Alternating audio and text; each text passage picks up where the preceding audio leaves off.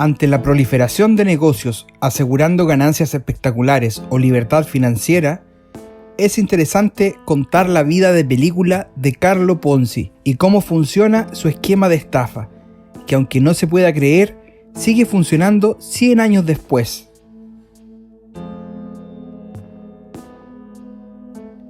Esta es la historia del estafador italiano Carlo Ponzi y su famosa estafa piramidal.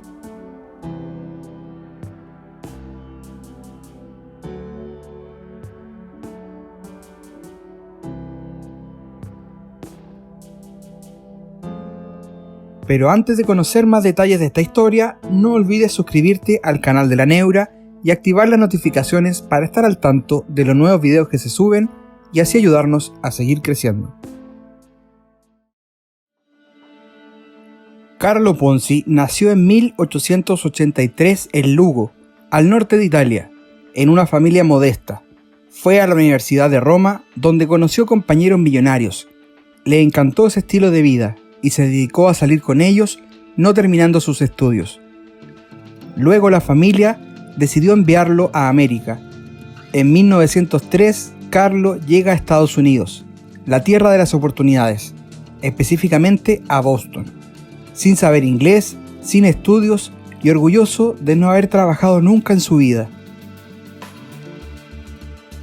Empezó fregando platos y de camarero, hasta que en 1907 se mudó a Montreal, en Canadá, donde consiguió trabajo en el Banco Sarosi, de dueños italianos.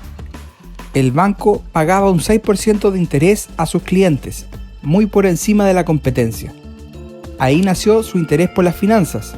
Sarosi creció rápidamente y Ponzi llegó a ser su gerente, pero el banco estaba en problemas, ya que pagaba altas tasas de interés no por las ganancias de sus inversiones, sino usando el dinero de los nuevos depósitos. El banco quebró y Ponzi se fue a prisión por falsificar un cheque.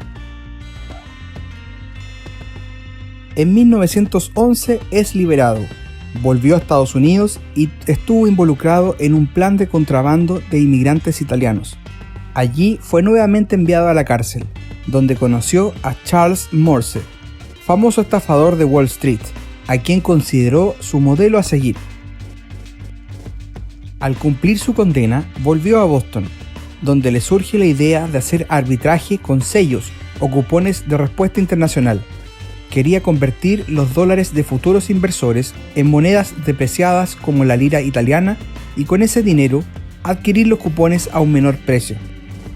En enero de 1920 creó la Security Exchange Company, asegurando que con su idea podría obtener un 400% de ganancia en tan solo 45 días. Una locura, por lo que ofrecía a sus clientes un 50% de retorno en este lapso o un 100% en 90 días. Los primeros meses, Ponzi pagó religiosamente los intereses prometidos y se corrió la voz. El negocio creció de una manera exponencial. Contrató a otras personas para buscar nuevos clientes. El frenesí se expandió rápidamente por varias ciudades. Las personas hipotecaban sus casas e invertían todos sus ahorros. En julio de 1920, se estima que Ponzi llegó a facturar $1 millón en un día. Parecía que a nadie le importaba si de verdad hacía lo que decía con los cupones.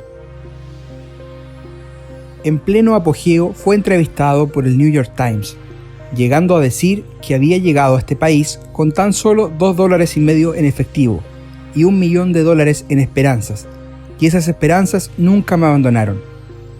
Hizo tal ruido que para investigar su negocio, el Boston Post contactó al legendario periodista financiero Clarence Barron, quien concluyó que ni siquiera había suficientes cupones de respuesta postal en circulación para cubrir a todos los inversores de Ponzi. Esto causó un escándalo en Boston y las autoridades comenzaron a investigarlo. Hubo disturbios e incluso heridos cuando una masa de personas se acumuló en las oficinas de Ponzi para exigirle la devolución de su dinero. ¿Cómo iba a responder el astuto personaje? Declaró que facilitaría la investigación y pagó $2 millones en tan solo 3 días a los que querían retirar sus fondos. Con esto, logró calmar las aguas y convertirse en un héroe. Pero todo esto le duraría poco tiempo. Las autoridades demostraron que unas 40.000 personas le habían confiado entre 15 y 20 millones de dólares, lo que hoy día representa más de 250 millones. Y este dinero nunca lo usó para invertir en los famosos cupones. Esto trajo como consecuencia que miles de inversionistas perdieran gran parte de su dinero y 6 bancos quebraron. Carlo Ponzi se declaró culpable hace un siglo, en noviembre de 1920, y pasó un tiempo en prisión. Luego fue deportado a Italia y finalmente murió en Brasil en la más absoluta pobreza. Su manera de operar fue sencilla: se le paga a los inversionistas viejos con el dinero de los inversionistas nuevos. Una estafa piramidal e insostenible que fue bautizada como esquema Ponzi. Carlo Ponzi le hizo un terrible daño al sistema financiero, que se basa en la confianza. A pesar de esto, son muchos los imitadores que han tratado de instaurar un sistema piramidal de estafas. Uno de ellos fue Bernard Madoff, quien era una de las personas más respetadas en el mundo financiero, pero terminó armando un esquema Ponzi de 65.000 millones de dólares.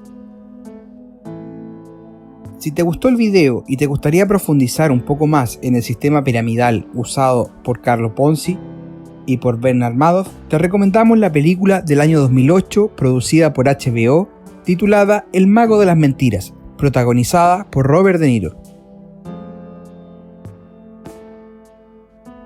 Déjanos tus comentarios más abajo, dale un me gusta al video y ayúdanos a difundir el canal para seguir creciendo y creando contenido.